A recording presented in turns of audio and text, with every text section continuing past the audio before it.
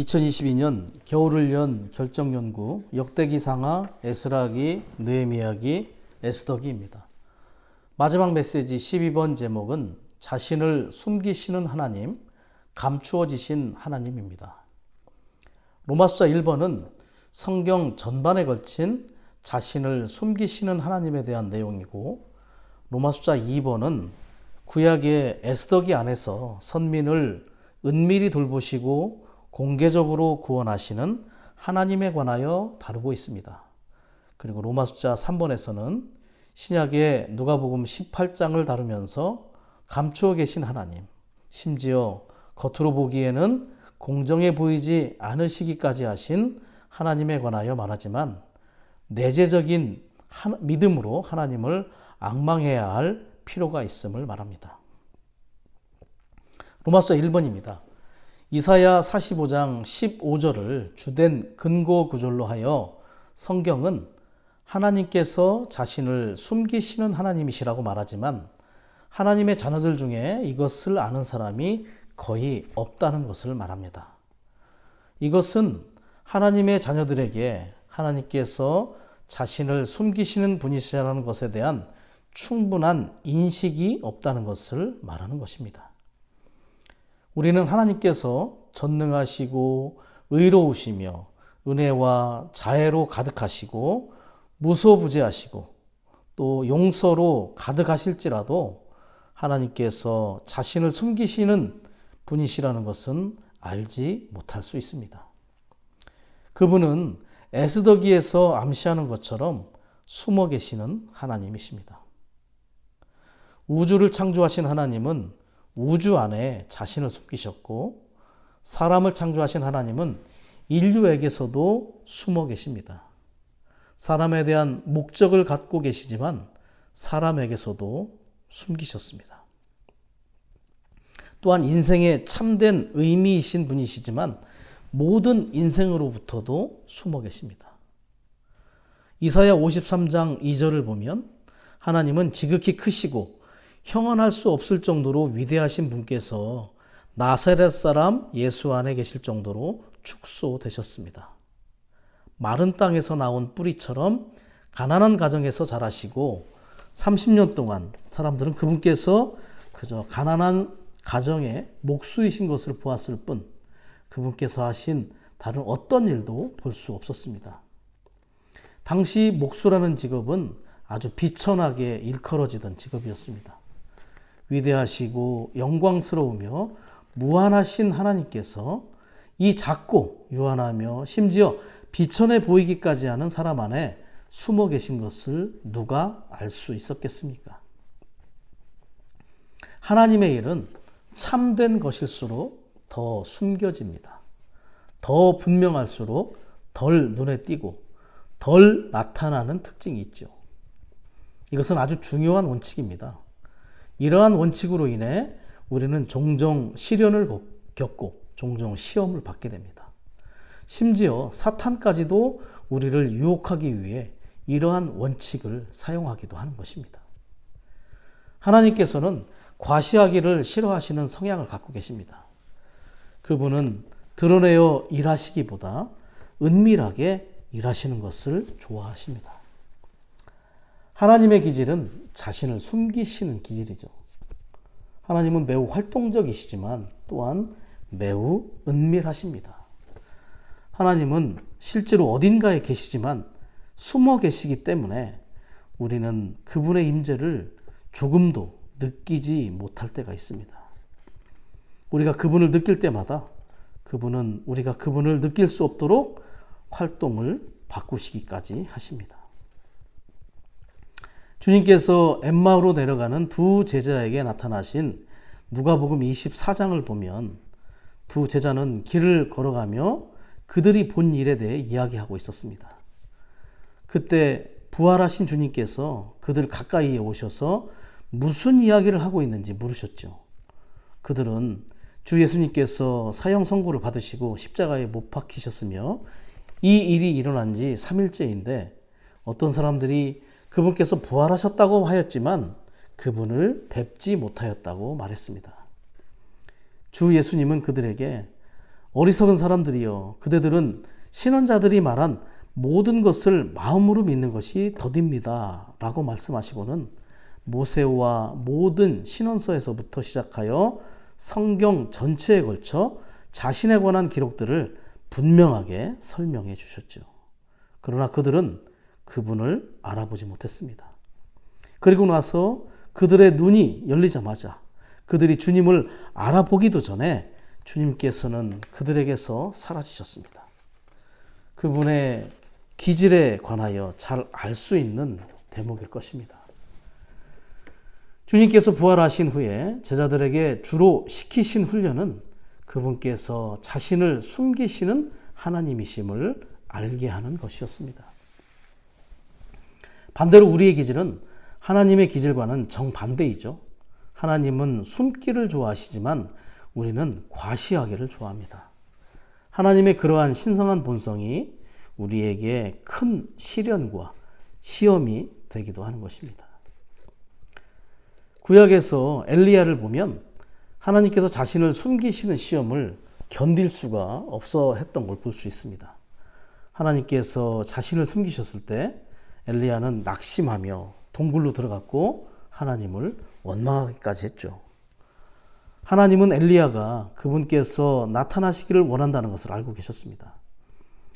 엘리야는 하나님께서 자신을 숨기시기를 좋아하신다는 것을 몰랐던 것이죠. 크고 강한 바람이 일어났고 지진이 일어났고 불이 일어났을 때에도 여호와는 그 가운데에 계시지 않았습니다. 바람과 지진과 불이 지나간 다음 부드럽고 나지막한 음성으로 엘리야에게 나타나신 걸 볼 수 있습니다. 엘리야는 또 하나님께 자신만 남았다고 말씀드렸지만 하나님께서는 자신을 위해 바알에게 무릎 꿇지 않은 7,000명을 남겨두셨다고 말씀하셨습니다. 엘리야는 자신을 숨기시는 하나님을 몰랐기 때문에 하나님의 숨겨진 그러한 일하는 방식을 몰라서 더욱더 시련을 당했습니다. 참된 영적 체험의 대부분은 많은 느낌과 함께 오지 않으며 많은 느낌과 함께 오는 체험들은 종종 참된 것이 아닐 수 있다는 것을 알아야 합니다. 종종 주님께 속한 참된 것은 감지할 수 없고 눈에 보이지 않지만 그 이면에 설명할 수 없는 어떤 것이 있습니다. 그러나 우상과 우상에 속한 것들은 확연히 나타나고 보이지요. 하나님과 하나님에게서 오는 것들은 항상 숨겨져 있음을 알기 원합니다. 출애굽기를 볼 때 이스라엘 자손은 눈에 보이는 모세에게만 주의를 기울이고 자신을 숨기시는 하나님은 소홀히 했습니다. 하나님은 그들을 시험하기 위해 모세를 산으로 데려가셔서 40일 동안 그곳에 있게 하셨습니다. 눈으로 볼 수 있는 것으로 의지하던 이스라엘 자손은 견딜 수가 없었죠. 그래서 아론에게 그들 앞에서 인도할 신을 만들어 달라고 요청했습니다. 그들이 금송아지를 만든 이유는 눈에 보이는 하나님이 필요했기 때문입니다.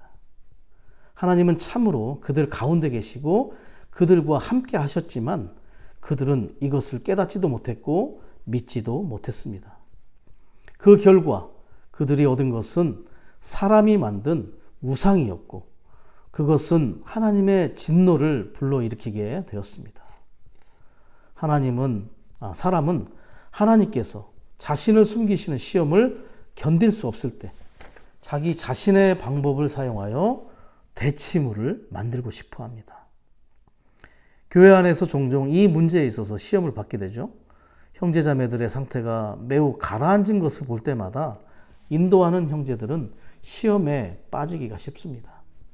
집회에 참석자들이 많지 않고 주님의 상 집회에서 감사와 찬양을 드리는 이들이 많지 않고 기도 집회에서 기도가 많지 않은 것을 볼 때에 그 상황을 견딜 수 없어 할 것입니다. 주님의 임재는 없는 것 같고 누림도 없으니 집회에 가고 싶어 하지 않을 것입니다.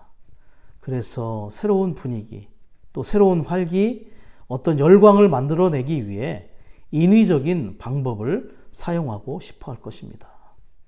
이러한 것들은 하나님께 속한 것이 아니라 사람이 만들어낸 인위적인 일들이라는 것입니다. 하나님의 일은 항상 숨겨져 있습니다. 우리는 큰 감동을 계속 바라서는 안 됩니다. 이러한 것들이 반드시 하나님에게서 온 것은 아닐 수 있습니다. 하나님의 가장 참된 일은 그분이 우리 안에서 숨어서 하시는 일입니다. 우리가 주님을 따르고 섬길수록 그분 안에 사는 것을 배울수록 우리는 하나님께서 너무나 조용하신 분이심을 더욱 깨닫게 될 것입니다.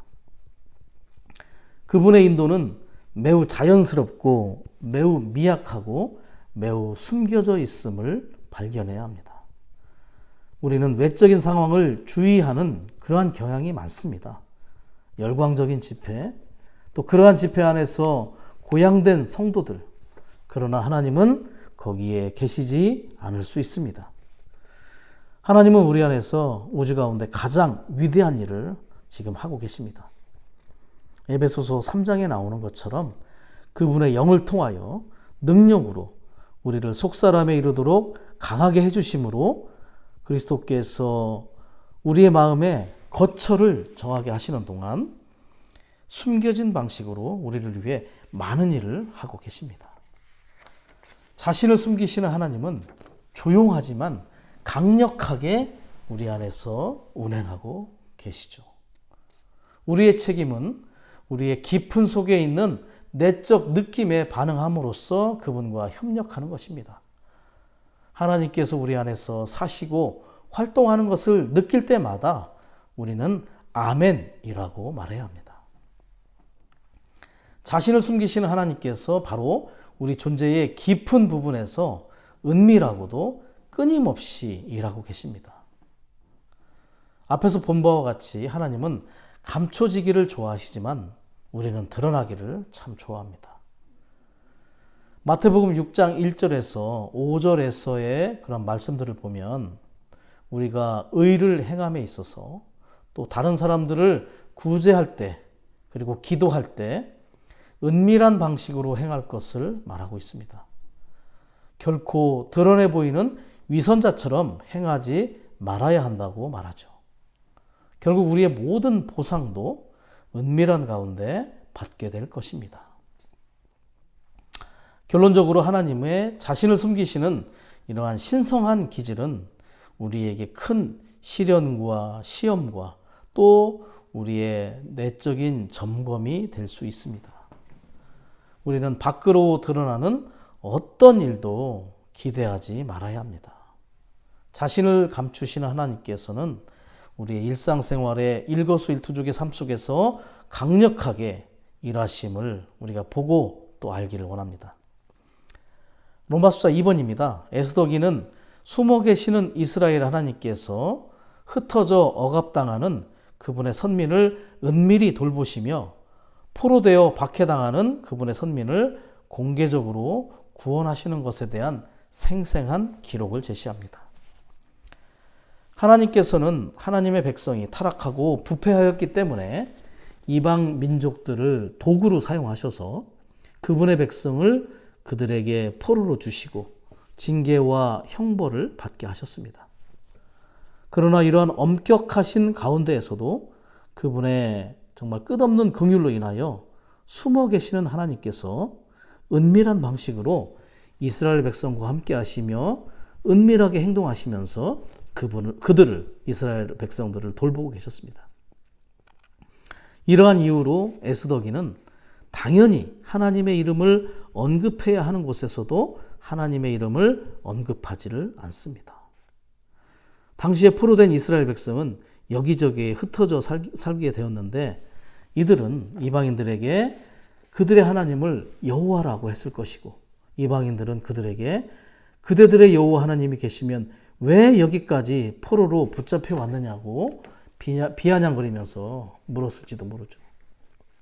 오늘날에도 이방인들은 우리에게 왜 하나님이 계시면 그렇게 고난을 당하고 사느냐고 물을 수도 있습니다. 그럼에도 불구하고 우리는 우리의 하나님께서 살아계시고 참되신 분이시지만 또한 숨어 계시고 우리를 돌보고 계심을 인식할 필요가 있습니다. 이스라엘이 페르시아의 포로로 있을 당시 아하수에로 왕 때 하나님은 그의 왕후 와스디가 폐위되게 하셨죠. 왕이 고관들을 초대해서 베푼 큰 연회에서 왕후에게 왕후의 관을 쓰고 나오라고 명령을 했습니다. 그렇지만 그녀는 거절하고 불순종했습니다. 결국 그녀는 폐위되고 말았죠. 그래서 왕후의 자리가 공석이 되었습니다. 숨어 계시는 하나님의 은밀한 돌보심이 있었습니다. 부모가 없는 한 유대인 처녀 에스더가 일으켜졌고 그 뒤를 이어 계후가 되게 되었습니다. 나중에 에스더는 왕의 암살을 계획한 일을 모르드게의 이름으로 왕에게 보고하고 왕의 목숨도 구하기에 이릅니다. 에스더기에서 발생한 많은 일들의 배후에서 우리는 하나님을 볼 수 있고 동시에 사탄도 볼 수 있습니다. 3장에서 아하수에로 왕이 하만의 지위를 높인 것은 분명히 사탄이 배후에서 부추긴 것이죠. 하나님의 선민을 죽이려는 그런 도구를 배치한 것으로 볼 수 있습니다. 하만이라는 사람은 아말렉 족속의 아각 왕의 후손이었습니다. 육체를 상징하는 아말렉 족속은 하나님에 의해 출애굽기에서 저주를 받았죠. 하나님은 하늘 아래에서 그들에 대한 기억을 완전히 없애버리겠다고 말씀하셨습니다. 그러나 사울 왕은 아각 왕을 살려두었죠. 그래서 사무엘은 사울을 책망하면서 아각을 죽이고 그 시신을 찢었습니다. 하만은 분명 어느 틈에 그 명맥을 이었을지 알 수 없는 그 아각 왕의 후손이었을 것이었습니다. 아하수에로 왕은 하만의 지위를 다른 대신들보다 높였죠. 그래서 신하들이 모두 하만에게 엎드려 절하고 경의를 표하게 했습니다. 그러나 오직 모르드게만 유일하신 하나님을 믿는 유대인들의 믿음으로 인해 포로 생활 중임에도 불구하고 하나님의 저주를 받은 사람에게 엎드려 절하기를 거절했습니다. 하만은 모르드게가 엎드려 절하지도 않고 경의를 표하지도 않는 것을 보고 모르드게를 포함한 모든 유대인, 곧 아하수에로의 왕국 전역에 있는 페르시아 전역에 있는 유대인들을 모두 없애버리고자 했습니다. 그는 왕 앞에 나아가서 그들을 비방하고 왕의 동의도 얻었죠. 그는 유대인을 없애버리려는 조서를 각 지방에 보냈습니다. 또한 모르드게를 죽이기 위해서 나무틀까지 마련해 놓았습니다. 그 후 모르드게는 그의 양딸 왕후 에스더에게 왕에게 나아가서 탄원하고 왕 앞에서 자기 백성을 위해 간청하도록 부탁했습니다. 에스더는 왕이 불러야만 왕 앞으로 나아갈 수 있다고 말했죠. 당시에 왕이 부르지도 않았는데 안뜰로 왕 앞에 나아가 독대를 청하니는 왕이 금 지휘봉을 내밀어 받아들이는 경우가 아니면 어떠한 사람도 죽어야 한다는 그러한 법이 있었습니다. 모르드게는 에스더에게 왕후께서 왕궁에 계신다고 해서 다른 어떤 유대인보다 더 잘 피하실 것이라고 생각하지 마십시오. 이번에 왕후께서 침묵하시면 유대인은 어떤 방식으로 또 해방과 구출을 받을 수 있겠지만 왕후와 왕후의 아버지 집은 사라지게 될 것입니다. 왕후께서 바로 이때를 위해서 왕국에 들어가신 것이 아닌지 누가 압니까? 이 몇 마디 말을 볼 때 모르드게라는 사람은 하나님을 알고 그분의 마음의 뜻을 알고 또 그분의 능력을 지닌 사람임을 보여주는 것이죠. 동시에 이 몇 마디의 말에서 우리는 세 가지의 중요한 원칙을 볼 수 있습니다. 첫째, 단지 자신의 안전만을 도모하고 형제를 돌아보지 않는 것은 하나님께서 미워하시는 일이고 도리어 자기 자신은 멸망한다는 것입니다. 두 번째, 만일 사람이 하나님의 뜻의 출구가 되는 것을 거절한다면 하나님의 뜻은 다른 출구를 찾을 것이지만 거절한 그 사람은 하나님 앞에서 도태된다는 것입니다. 세 번째, 하나님께서 과거에 여러 가지 특별한 안배를 하신 것은 바로 그날의 특별한 용도를 위한 것입니다. 에스더는 모르드게에게 모든 유대인을 모아 저를 위해 함께 금식해 주십시오. 3일 동안 밤낮으로 먹지도 마시지도 마십시오. 저도 제 시녀들과 함께 그렇게 금식하겠습니다. 그러고 나서 왕께 나아가 나아가겠습니다. 죽어야 한다면 죽겠습니다. 에스더는 환경으로 인하여 하나님과 그분의 백성을 잊어버리지 않고 오직 하나님을 경외하며 하나님을 뜨겁게 사랑한 여인이었음을 증명해 주었습니다. 또한 하나님의 뜻을 행하는 것은 자신의 혈기와 용기를 의지하는 것이 아니라 금식 기도로 위로부터 오는 능력을 구하는 것임을 우리에게 계시해 줍니다. 우리는 하나님을 위해 자기의 득실을 돌보지 말아야 합니다. 그리고 우리가 하나님의 뜻을 분명히 알고 또한 순종할지라도 그 결과가 반드시 순조로운 것만은 아닐 수 있다는 것을 알아야 합니다. 참으로 죽어야 한다면 죽겠습니다. 의 상황이 벌어지거나 혹은 다른 상황이 벌어질 수도 있다는 것이죠. 에스더가 아하수에로 왕을 보았을 때 하나님은 그녀가 왕 앞에서 은총을 입게 하셨습니다. 왕은 왕후에게 무슨 청할 것이 있는가? 왕국의 절반이라도 주겠소 라고 말합니다.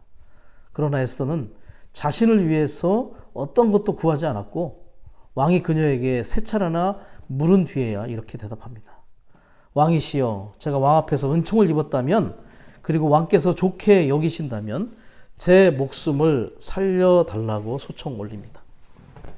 저와 제 백성이 멸망당하고 죽음당하고 진멸되도록 팔렸기 때문입니다. 왕이 이렇게 묻습니다. 그 자가 누구요? 감히 그런 일을 하려는 자가 어디에 있어?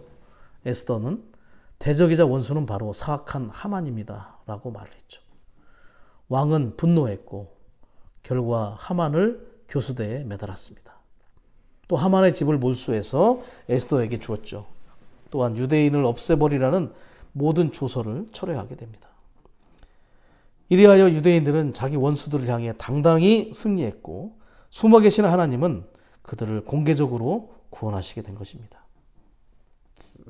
이때부터 이것을 기념하기 위해 불임절이라는 절기가 생기게 됩니다. 불임절은 부르 혹은 프림이라는 히브리어로 제비를 뽑다라는 말에서 유래를 하게 됩니다. 부르라는 것은 제비 뽑기에 사용되는 일종의 주사위를 말하기도 한다고 하죠. 하만이 유대인을 말살하려고 부르라는 주사위를 던져서 날짜를 뽑은 그 날에 도리어 하만 자신과 또 가족들, 이 이스라엘의 원수들이 멸절되었다는 의미를 지니게 된 것입니다. 에스더기는 비록 하나님의 이름을 한 번도 언급하지 않지만 곳곳에 하나님께서 일하신 것을 기록하고 있습니다. 아하수에로 왕이 밤에 잠이 오지 않은 일을 기록하고 있는 구절이 있죠.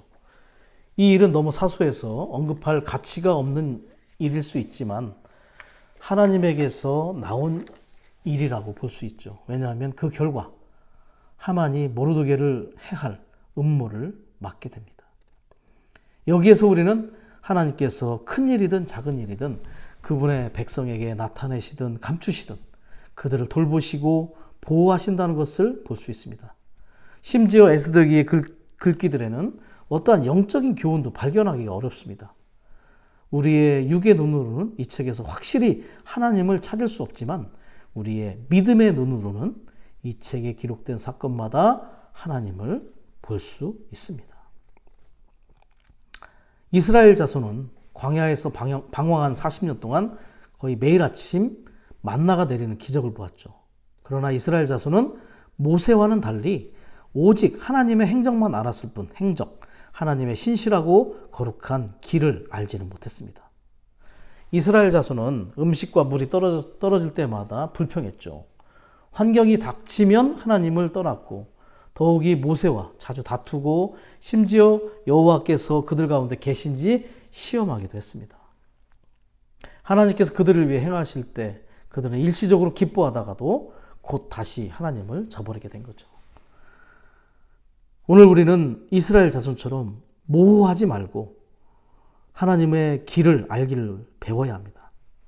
그러나 우리의 처지를 본다면 우리도 그들을 비난하지 못할 것입니다.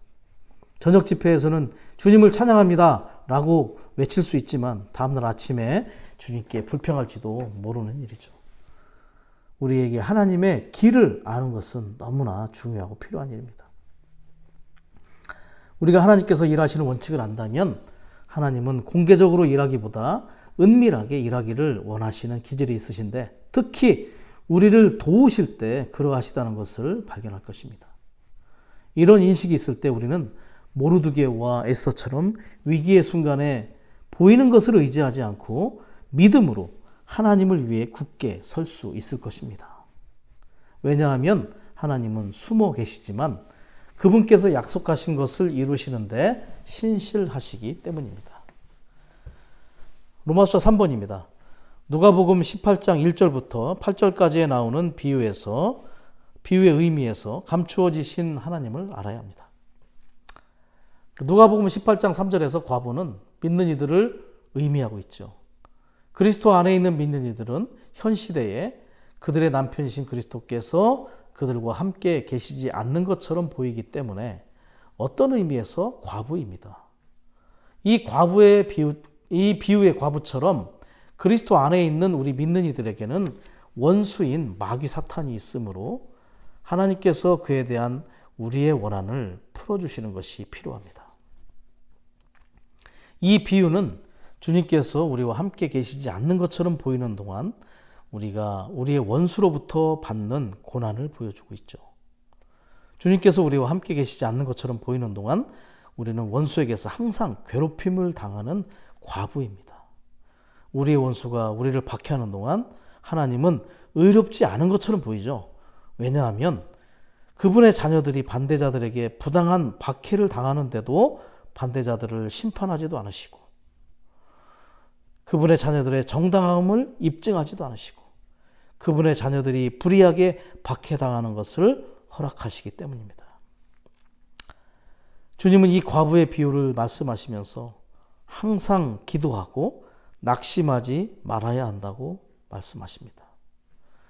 비록 그분께서 불의하게 보이실지라도 우리는 여전히 그분께 구해야 하고 끈질기게 기도해야 하며 몇 번이고 그분을 귀찮게 해야 합니다.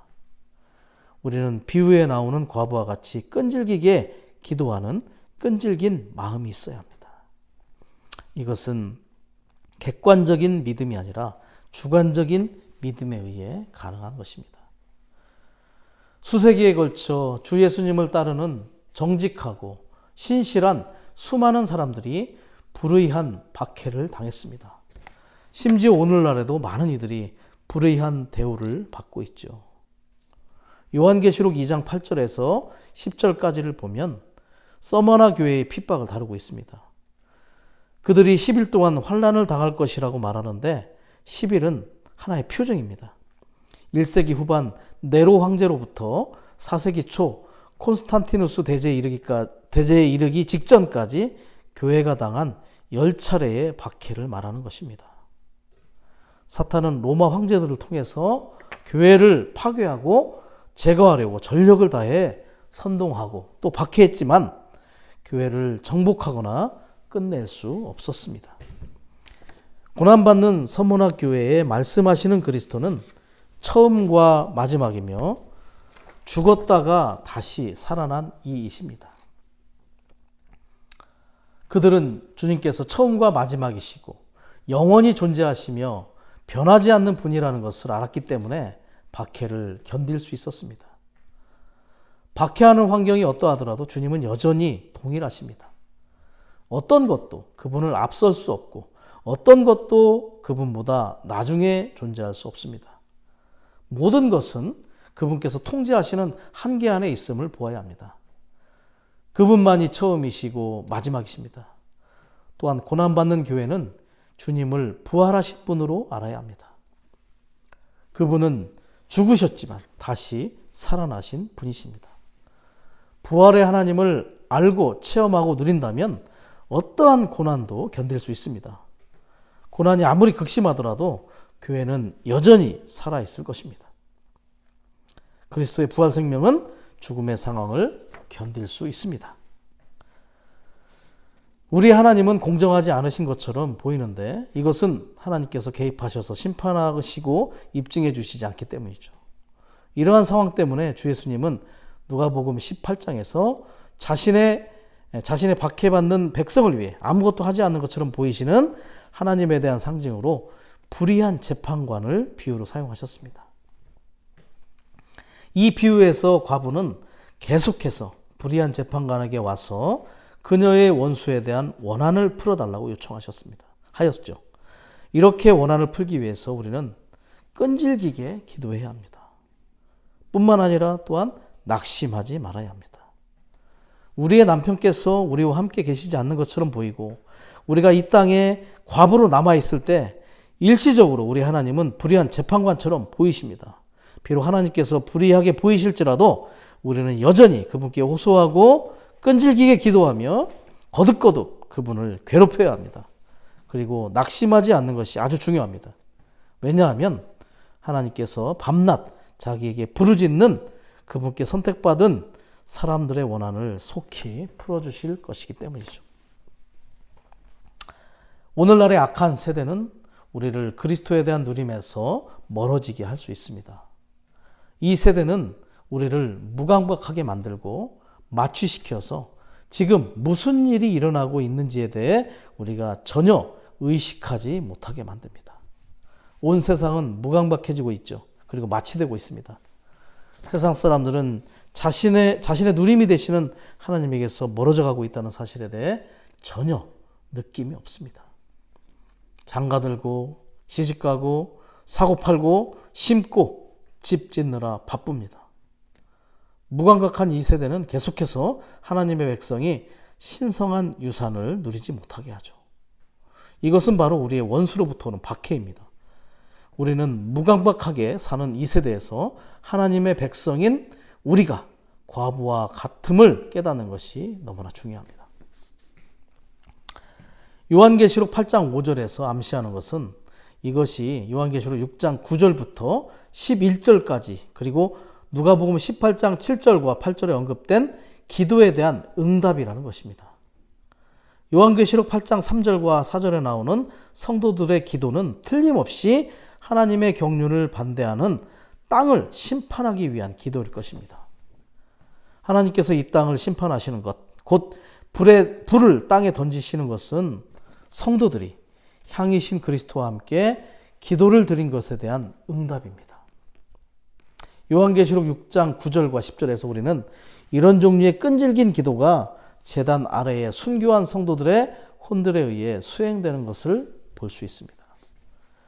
성경의 그림에서 제단은 성막과 성전의 바깥뜰에 있는데 바깥뜰은 땅을 상징합니다. 따라서 제단 아래라는 말은 순교한 성도들의 혼이 있는 땅 아래를 가리키는 것이죠.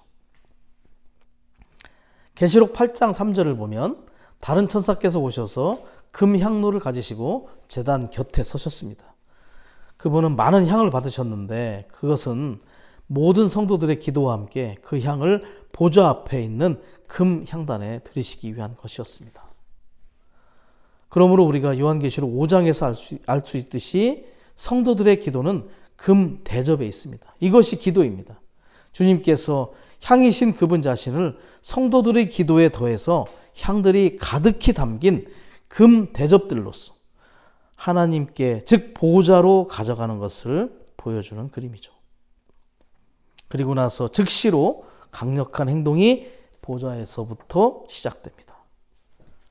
향의 연기가 성도들의 기도와 함께 그 천사의 손에서 하나님 앞으로 올라갔고 그 천사께서 향로를 가져오시어 제단에 불을 가득히 채우셔서 땅에 던지시고 또 천둥과 음성과 번개와 지진이 일어나게 되는 것입니다.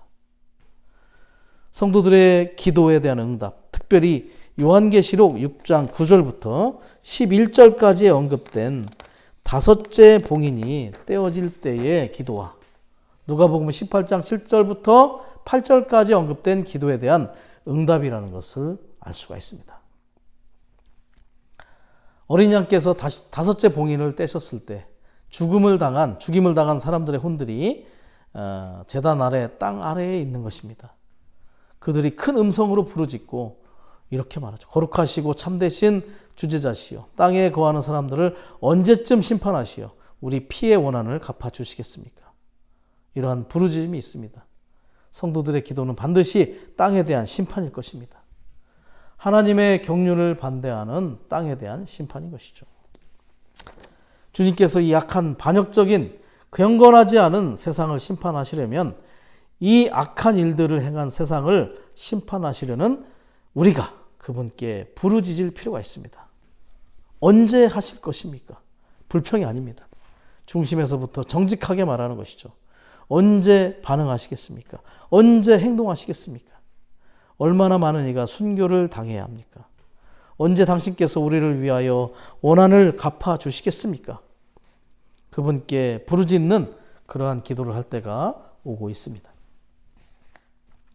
이 시대의 끝에 사람들이 하나님을 반대하여 너무나 반역적이게 될 것입니다.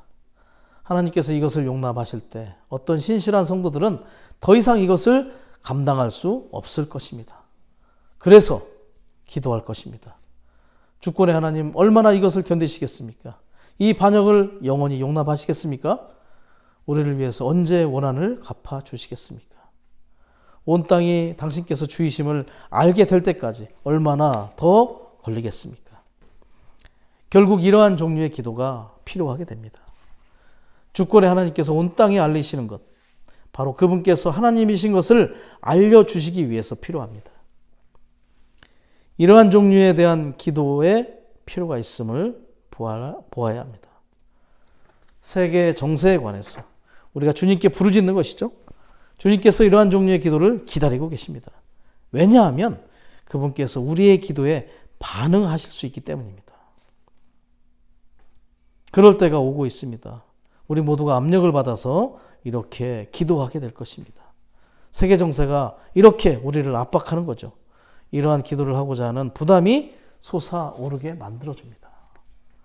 이러한 기도가 하나님의 경륜을 수행할 수 있는 그러한 기초가 되는 것입니다. 이제 바로 끝이 임박했음을 가리키는 것을 말해주고 있죠. 그때 정말 주님께 우리는 기도할 것입니다. 주님께서 자신을 변호하시고 또한 모든 거역하는 자들이 그분이 하나님이심을 알게 하도록 기도하는 것입니다. 우리가 이렇게 기도할 때 하나님께서 보내신 그 천사가 우리의 기도로 보좌에 계신 하나님을 섬길 것입니다. 그것은 다만 이 거역적인 땅에 대한 하나님의 심판의 시작일 뿐입니다. 이것이 7번째 봉인이 열릴 때 발생할 것인데 그때 또 다른 한 천사께서 그리스도께서 우리의 기도와 연합된 그분의 향을 하나님께 드리면서 이 땅에 대한 하나님의 심판을 지팡하게 될 것입니다. 누가복음 18장 8절 말씀을 보겠습니다. 사람의 아들이 올 때에 세상에서 믿음을 찾아보겠습니까? 사람의 아들은 지금 조금씩 오고 계시죠. 그분은 우리의 믿음의 창시자와 완성자이십니다. 그래서 우리의 믿음은 반드시 발전해야 합니다. 반드시 온전함에 도달해야 되죠. 앞서서 말한 것처럼 낙심하지 않고 끈질기게 지속적으로 기도하는 자들이 되려면 우리의 믿음에 있어서 온전하게 될 필요가 있습니다. 여기에서의 믿음은 그 믿음이라고 말합니다. 아주 주관적인 믿음이죠. 과부의 믿음과도 같이 끈질기게 기도하기 위한 우리의 지속적인 믿음을 의미하는 것입니다. 우리를 구원받게 한 믿음은 믿음의 시작 단계입니다. 우리를 그리스도와 생명의 연결 안으로 이끈 바로 연결하는 믿음이죠. 이 연결하는 믿음은 우리가 계속해서 삼일 하나님을 접촉하는 것을 통해서 우리 안으로 들어와 우리로 하여금 하나님의 아들에 의해 살도록 하는 믿음입니다. 오늘날 믿음으로 사는 사람들은 결국 그들의 믿음의 결말인 혼의 구원을 받게 될 것입니다. 우리는 구원을 받았지만 이것은 초기의 구원인 영의 구원에 불과하고 구원의 전진 단계는 바로 믿음의 초기의 단계는 영의 구원이죠. 구원의 전진 단계는 바로 혼의 변화의 단계입니다. 구원의 완성 단계는 영광스럽게 되는 몸의 구속의 단계이죠. 우리가 날마다 이러한 전진된 단계 안에서 연결하는 믿음으로 살면서 변화된다면 천년왕국에서 그리스도와 함께 공동 왕들이 될 것입니다. 하나님께서 일하시는 원칙을 아는 것은 하나님에 대한 우리의 믿음을 강하게 할 것입니다. 그러나 우리가 하나님에 대해 불신을 갖는다면 그분을 진정으로 알 수 없죠. 불신의 악한 마음은 불순종과 완고함과 거역을 낳게 됩니다. 사람이 올바른 궤도를 벗어나 곁길로 가게 하는 것이죠. 사람을 하나님에게서 멀어지게 할 뿐만 아니라 심지어 하나님을 시험하게 됩니다. 불신의 악한 마음은 사람이 하나님의 법칙을 알 수 없게 만들고 하나님을 경노하게 만들 수 있습니다. 우리가 하나님을 은밀한 가운데서 일하시는 능력 있는 분으로 신뢰하고 더 나아가 하나님의 길을 안다면 우리의 믿음이 강해져서 여러 환경과 시험 속에서도 숨어 계시는 하나님을 체험할 수 있습니다. 베드로전서 1장 7절에서 믿음의 실현을 말하고 있죠. 각주를 보면 이것은 학생들이 공부한 것에 대하여 학교에서 시험을 보는 것과 같다고 말합니다. 학생은 공부 자체로 인정받는 것이 아니라 시험을 통해서 인정을 받게 됩니다. 우리의 믿음은 시련과 시험을 통과하여 인정받을 필요가 있습니다. 또한 이 구절에서 이 믿음을 보배로운 믿음이라고 말하죠. 예수 그리스도께서 나타나실 때에 칭찬과 영광과 존귀를 얻게 한다고 말합니다. 주님은 그분이 다시 오실 때 우리 각자의 믿음의 중량을 달아보실 것입니다. 베드로전서 1장 8절에서는 여러분은 예수 그리스도를 뵌 적이 없으면서도 사랑합니다. 지금도 그분을 뵙지 못하지만 그분을 믿으면서 말할 수 없는 기쁨과 영광이 가득 찬 기쁨으로 즐거워하며 라고 말하죠. 우리는 우리가 뵌 적이 없는 분을 믿고 사랑하고 있어요. 이분이 바로 주 예수님입니다. 우리는 그분을 보지 않고 그분을 사랑하는 참 기묘한 그러한 이들이 아닐 수 없습니다.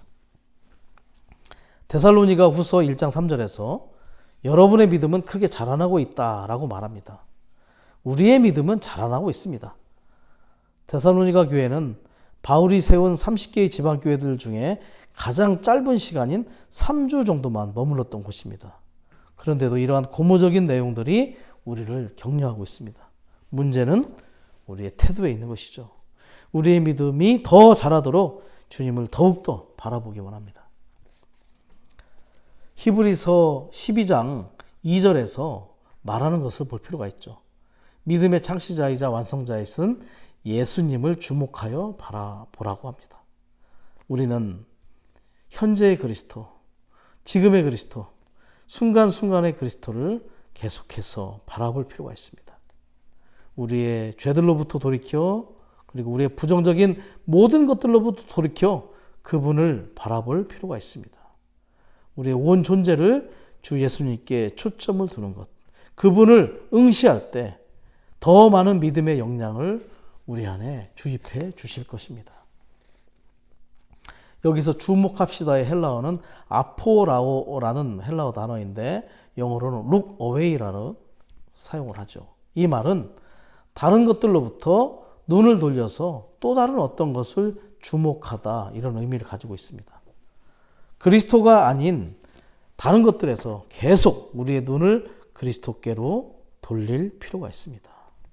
그리하여 한 곳 주님의 얼굴을 향해 계속 주목하고 응시할 때 무언가 주입되는 것이 있습니다. 우리 안에서 믿음을 시작하셨던 그분이 한 단계 한 단계 이 믿음을 우리 안에서 완성해 가실 것입니다. 2022년 봄 장로 집회에서 다루었던 내용 중에 그런 말이 있죠. 믿는 이들 안으로 들어온 믿음은 질에 있어서 모두 동일하지만 믿음의 양에 있어서는 차이가 있다. 우리는 믿음의 양을 증가시킬 필요가 있습니다. 계속해서 우리의 믿음의 양이 우리 안에 증가되게 할 필요가 있죠. 믿음의 창시자이자 완성자이신 그래서 예수님을 주목해야 합니다. 계속된 그런 주입을 통해서 우리 안에 믿음의 양이 증가되기 원합니다.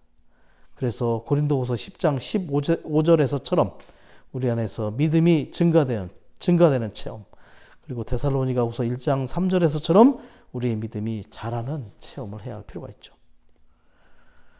우리의 모든 일상생활과 교회생활의 상황들 가운데 이렇게 될 필요가 있습니다.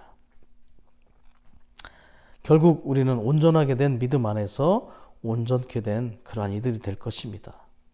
신부가 자신을 준비하는 것에 있어서 중요한 방면인 믿음 안에서의 성숙, 믿음과 사랑 안에서의 성숙이 이루어질 것입니다. 대환란 때에, 마지막 대환란이 시작하기 전에 휴거가 있겠죠. 두 사람이 밭에 있는데 한 사람은 들림을 받고 또 두 사람이 맷돌질을 하는데 한 사람이 또 들림을 받습니다. 오늘 우리 모두가 우리 자신을 열어드릴 때 그분은 우리의 믿음을 온전하게 하시는 분이 됩니다. 오늘이 그날을 결정할 것입니다. 순간순간 우리는 우리의 믿음을 온전하게 하시는 예수님을 바라봅시다. 오늘 숨어 계시는 우리의 하나님은 놀라운 방식으로 우리를 돌보고 계십니다. 결국 사람의 아들께서 오실 때 그분은 우리 안에서 믿음을 찾으실 것입니다. 연결하는 믿음을 찾으실 것입니다. 증가된 믿음의 양을 보실 것입니다. 오늘 주님은 여전히 숨어 계시지만 우리는 이 살아있는 믿음으로 삼일 하나님과 연결되어 주님께서 다시 오시는 그날을 위해 자신을 이기는 이들이 되도록 준비할 필요가 있습니다. 연결하는 믿음은 주님과 우리가 하나 되게 합니다. 연결하는 믿음으로 살면 우리는 변화되어 이기는 이들이 될 자격을 갖출 것입니다. 그리스도께서 다시 오실 때 그분을 만나고 그분과 함께 공동왕들로 다스리는 보상을 받으며 신성한 생명을 최고로 누리는 천년왕국에 참여하게 될 것입니다. 연결하는 믿음은 그리스도께서 승리에 차서 돌아오실 때 이기는 이들이 그분을 만나기 위해 신성한 요구 조건입니다. 연결하는 믿음은 삼위일 하나님께서 우리 안에서 움직이시면서 우리를 그분의 측량할 수 없는 풍성에 연결하시는 것입니다. 이기는 믿음이 주님의 이기는 이들의 자격이 되죠. 연결하는 믿음은 자신을 신뢰하지 않고 하나님을 신뢰하는 믿는 이들의 믿음입니다. 주님의 이기는 이들은 연결하는 믿음을 통하여 주님의 다시 오심을 기다리고 또 간절히 기대하고 있습니다. 주 예수님께서 돌아오실 때 그분은 연결하는 믿음에 의해 사는 소수의 한 무리의 이기는 이들을 찾으실 것입니다. 그분께서 천년 동안 왕으로서 다스리시는 그분의 왕국을 위해 그들을 보물들로 여기실 것입니다. 주 예수님, 믿음의 창시자이고 완성자이신 당신을 계속해서 바라보고 주목하고 당신으로부터 주입받고 또 흡수되기를 원합니다. 주 예수님께 모든 영광을 돌립니다. 아멘.